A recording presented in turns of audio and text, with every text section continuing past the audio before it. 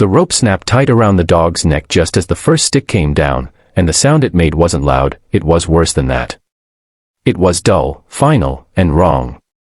Dust lifted into the cold air as the old military dog struggled on his hind legs, muscles trembling, eyes wide not with aggression but with confusion, as if he couldn't understand why the world he had served so faithfully had suddenly turned on him.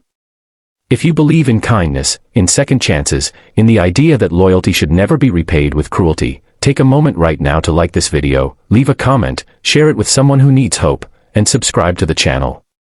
Stories like this matter because they remind us who we are meant to be. The dog had once answered to commands shouted through gunfire and smoke. He had run through chaos without hesitation, carrying out his duty with precision that only years of training and trust could build. But those days were gone.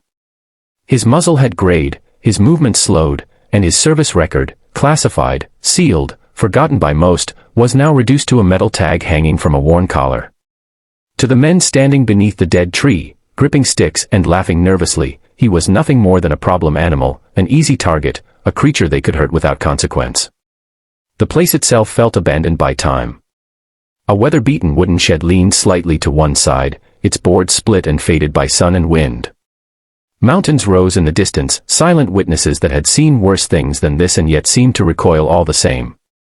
The men had dragged the dog there after finding him near the edge of their property, assuming he was feral, dangerous, disposable. They never noticed how the dog didn't bare his teeth, didn't lunge, didn't fight back the way an untrained animal might. He simply endured, as he always had. Each blow landed heavier than the last. The dog's body shook, not from fear alone but from the strain of holding himself upright against the rope. His paws scrabbled at the dirt, carving shallow lines as if he were trying to remember how to run again. Somewhere deep in his mind, old instincts stirred, search patterns, threat recognition, the memory of a handler's voice steadying him in the dark. But there was no voice now. Only the men, the sticks, the laughter that cracked into irritation when the dog refused to fall. What they didn't know was that this dog had not wandered far from home.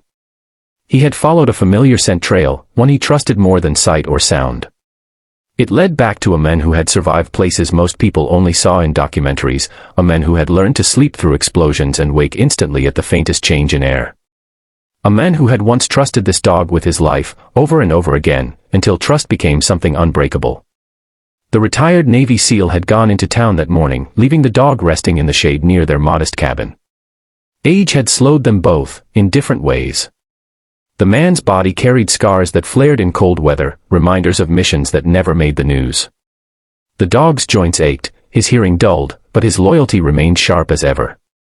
When the dog didn't greet him on his return, the man felt it immediately, an unease that settled low and heavy, the same feeling he'd had before ambushes, before things went wrong. He followed the trail without thinking, boots moving faster than his years suggested. Every broken branch, every scuffed patch of dirt spoke to him. Training never truly leaves you, it just waits. As he crested the small rise and saw the scene below, the rope, the raised sticks, the dog struggling, the world narrowed to a single point. Sound dropped away. Breath slowed. And something cold and controlled slid into place behind his eyes. The men didn't hear him at first. They were too focused on the animal that refused to die quietly. But the dog did. Even through pain and confusion, his ears caught the familiar rhythm of footsteps. His head turned slightly, just enough to confirm what his heart already knew. He wasn't alone after all. The men ran then, not with rage, but with purpose. His body remembered how to move efficiently, how to close distance fast. The shout that tore from his throat wasn't just anger, it was command, authority forged in years of leading men through impossible odds. It froze the scene like a photograph. One stick hung midair. Another man stumbled back, eyes wide. The rope went slack as hands loosened in shock. The dog collapsed to the ground, chest heaving, but his tail thumped weakly against the dirt when the man dropped to his knees beside him. Calloused hands cut the rope in seconds. Those hands had done worse things for better reasons, and they shook now, not from fear, but from the effort of restraint. The men tried to explain themselves. They always do. Words spilled out about protecting property, about dangerous animals, about not knowing. But ignorance is a thin shield when it meets accountability. The men didn't strike them. He didn't need to.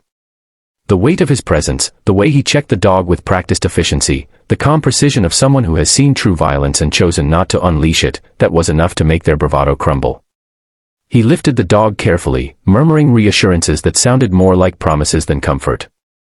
Each step back toward the cabin was heavy, not just with the dog's weight but with the reality of how close he'd come to losing the one constant that had followed him home from war. At the cabin, he cleaned wounds, wrapped bruised limbs, and sat through the night, listening to the dog's breathing like he once listened for enemy movement, alert, protective, unwavering. Recovery was slow. Days blended into nights marked by shallow sleep and quiet vigilance. The dog struggled to stand at first, pride fighting pain.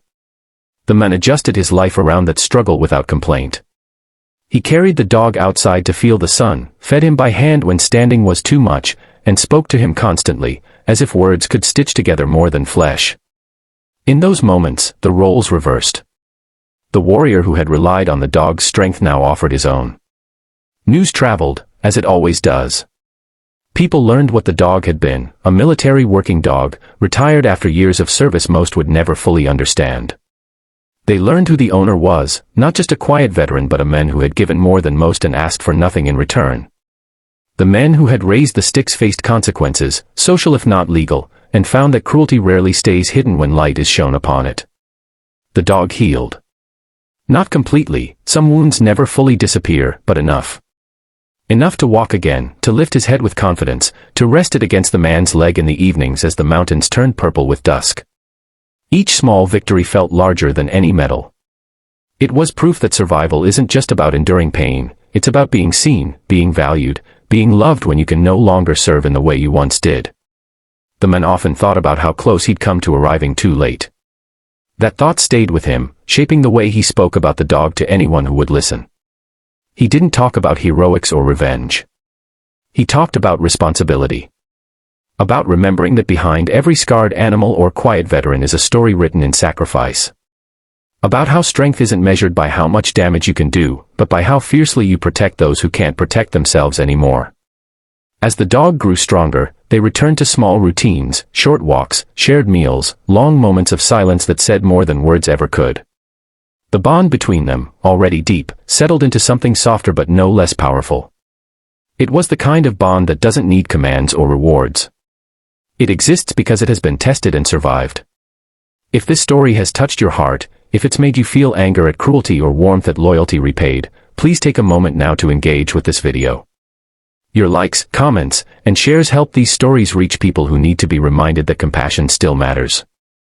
And just before you go, leave a comment below sharing your thoughts or telling us about an animal or person who showed you what true loyalty looks like. Your words might be the encouragement someone else needs today. In the end, the dog slept peacefully at the man's feet, scars hidden beneath fur and time. Outside, the mountains stood quiet again. The world hadn't changed overnight. Cruelty still existed. But in that small cabin, in the steady rise and fall of an old dog's chest, there was proof that kindness can arrive in time, and that sometimes, the most dangerous mistake anyone can make is underestimating the bond between a warrior and the one who stood beside him when everything else fell apart.